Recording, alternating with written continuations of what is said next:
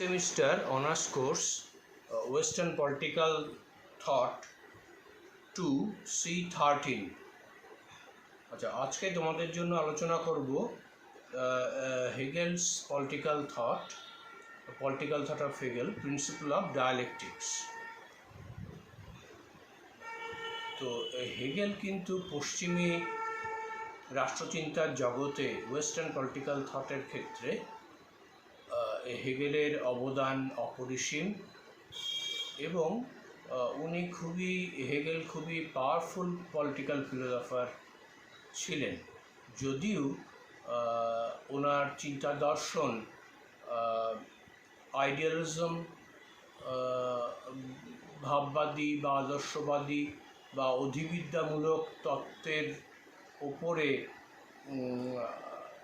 নির্ভর করে গড়ে উঠেছে, যেটাকে বলা হয় মেটাফিজিক্স। তো সেই ক্ষেত্রে এই আইডিয়ালিজম এবং মেটাফিজিক্স অর্থাৎ ভাববাদ বা আদর্শবাদ বা অধিবিদ্যামূলক বিষয়,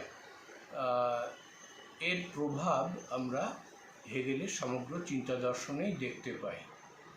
তবে এই জন্য কখনো হেগেল একটু দুর্বোধ্য বা দুরূহ, অবস্কিওর ওনার আইডিয়াস, ওনার থিঙ্কিং অবস্কিওর বা কঠিন তো বটেই, এবং স্ববিরোধিতাও হেগেলের থটসে, চিন্তাধারার মধ্যে স্ববিরোধিতাও লক্ষ্য করা যায়। তবে ওয়েস্টার্ন পলিটিক্যাল থটের ক্ষেত্রে, চিন্তাধারার ক্ষেত্রে হেগেলের অবদান অপরিসীম। অর্থাৎ ওনার যে দ্বান্দ্বিক প্রক্রিয়া, প্রিন্সিপল অফ ডায়ালেকটিক্স, বা ওনার যে রাষ্ট্র সম্পর্কে ওনার তত্ত্ব, হেগেলস আইডিয়া অফ স্টেট বা হেগেলস ফিলোসফি অফ হিস্ট্রি, এইগুলি কিন্তু খুবই ইম্পর্টেন্ট। সাবাইনও হেগেলের যে অবদান, সেটাকে স্বীকার করে, অ্যাডমিট করে খুবই প্রশংসা করেছেন ওয়েস্টার্ন পলিটিক্যাল থটের ক্ষেত্রে হেগেলের অবদান। আমি একটু পড়ছি, তোমরা শোনো।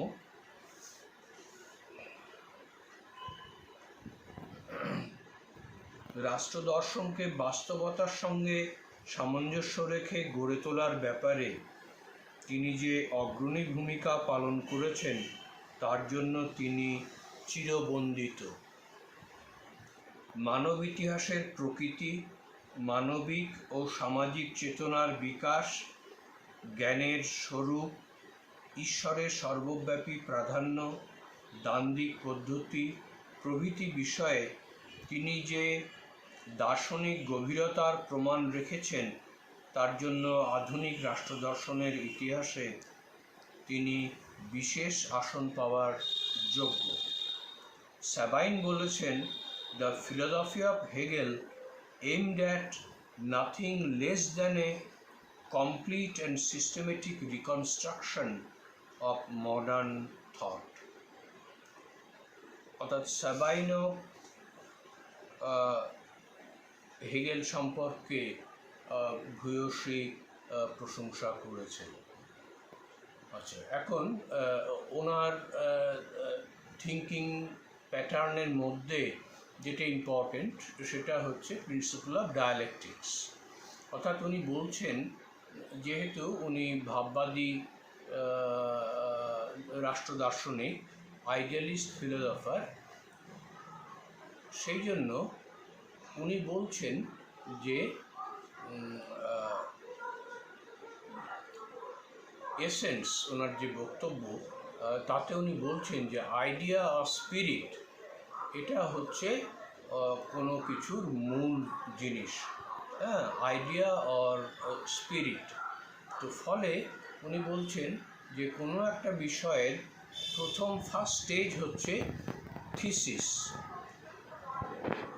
তার মধ্যেই তারপরে এই যে বিবর্তন ঘটছে তার মধ্যে একটা নিগেশন তৈরি হচ্ছে, যেটাকে উনি বলছেন অ্যান্টিথিসিস।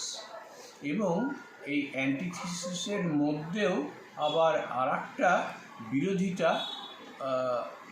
লক্ষ্য করা যাচ্ছে, যেটাকে উনি বলছেন নিগেশন অফ নিগেশন।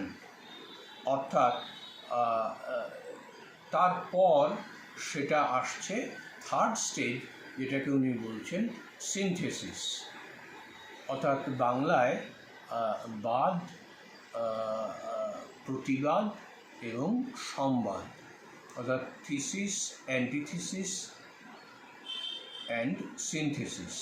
এবং আবার এইভাবে উনি বলছেন সাইক্লিক্যাল অপারেশনের মতো এটা চলছে। আবার সিনথেসিস থেকে থিসিস, অ্যান্টিথিসিস, সিনথেসিস, এভাবে উনি বলছেন যে এই দ্বান্দ্বিক পদ্ধতি চলছে। তো এই দ্বান্দ্বিক পদ্ধতি বলা হয় যে ফিক্টে বেশি করে প্রয়োগ করেছিলেন, তাছাড়াও আরও অন্যান্য পলিটিক্যাল ফিলোসফারও প্রয়োগ করেছেন। তবে হেগেল খুব ভালোভাবে এই দ্বান্দ্বিক পদ্ধতি বা দ্বান্দ্বিক প্রক্রিয়াকে ইমপ্লিমেন্ট করেছেন। এবং তার পরবর্তীতেও কার্ল মার্কস হেগেলের যে প্রিন্সিপাল অফ ডায়ালেকটিক্স সেটাকে গ্রহণ করেছিলেন বা সেটাকে এমুলেট করেছিলেন, অনুসরণ করেছিলেন। তবে মার্কস উল্টোভাবে হেগেল যেভাবে বলছেন, মার্কস ঠিক তার উল্টোভাবে এই প্রিন্সিপাল অফ ডায়ালেকটিক্সকে প্রয়োগ করেছেন। অর্থাৎ এখানেই হেগেলের সঙ্গে কার্ল মার্কসের পার্থক্য। কারণ হেগেল ছিলেন একজন আইডিয়ালিস্ট ফিলোসফার, কিন্তু কার্ল মার্কস একজন মেটেরিয়ালিস্ট ফিলোসফার। এবং হেগেল জোর দিয়েছেন আইডিয়া ও স্পিরিটের ওপরে, কিন্তু মার্কস জোর দিয়েছেন ম্যাটারের ওপরে, যে বস্তুময় জগৎ, ম্যাটার ফ্যাক্ট ওয়ার্ল্ড, এবং এই ম্যাটারে পরিবর্তন আসে এবং তার ফলে পরিবর্তনটা হয়। এবং হেগেল বলছেন যে মননে, অর্থাৎ আইডিয়া ও স্পিরিট, চিন্তা বা চেতনা, তাতে পরিবর্তন আসে। এবং এক্ষেত্রে দুজনের মধ্যে বিরাট পার্থক্য রয়েছে। কার্ল মার্কস যদিও হেগেলের থেকে এই দ্বান্দ্বিক পদ্ধতি, ডায়ালেকটিক্যাল প্রসেস, এটা নিয়েছিলেন, এমুলেট করেছিলেন, অনুসরণ করেছিলেন, কিন্তু তিনি প্রয়োগ করেছেন ঠিক এর উল্টোভাবে।